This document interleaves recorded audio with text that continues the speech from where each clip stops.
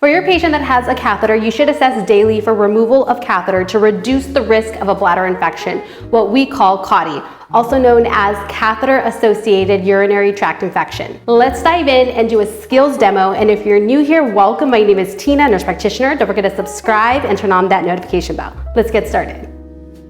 The equipment you'll need to remove the Foley catheter consists of gloves, 2 pairs, and PPE. Optional is a face shield or goggles. You'll need a drape, a 10 cc Luer lock syringe, and supplies for perineal care. Once you have gathered all the supplies, you want to verify the order for removal of the Foley catheter. Or if this is a nurse-driven policy, make sure you follow your hospital guidelines. Perform hand hygiene, notify the patient and or family at the bedside, and obtain verbal consent. Remember, this is a sensitive exam, so based on your hospital guideline, you may need a verified chaperone for removal of the Foley. You want to ensure you provide privacy. Place a drape underneath the patient to protect the bed linen from getting soiled.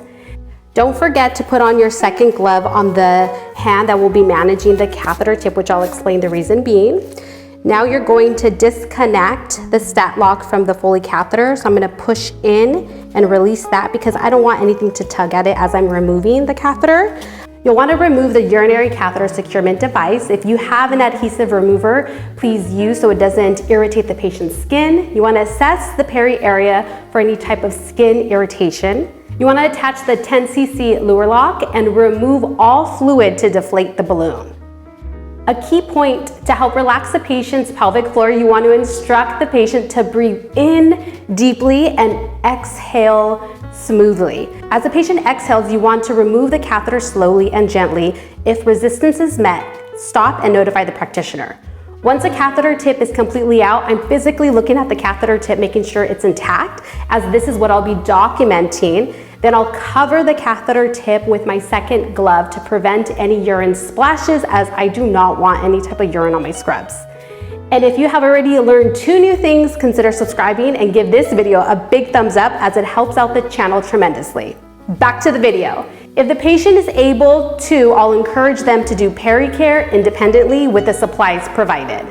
Then I'll immediately discard PPE and Foley catheter and do my hand hygiene. Don't forget to document time and date of procedure, amount of fluid removed from the urinary catheter balloon, and document perineal assessment findings, patient's tolerance, and if there were any complications. So here are a couple housekeeping things. So on my report sheet, I'll reference the time of removal of my patient's Foley catheter because they should void within 6 hours after removal. This may carry on to next shift's assigner, so you want to be confident to pass on this information so it doesn't get missed. With the patient's first void, always measure the volume and document it on your eyes and nose. If the patient does not void, you'll want to do a bladder scan to make sure that they're not retaining any type of urine. In regards to patients that are males that have a history of BPH, you want to proceed with caution, making sure that they are on their Flomax medication or trospium, because those are the patients that are admitted for maybe a day and they plan to be discharged the following day. They skipped a dose, and those are the patients that usually have urinary retention. Just a little heads up. Alrighty, thank you so much for watching. Be sure to give this video a big thumbs up, and I'll catch you on the next one. Take care.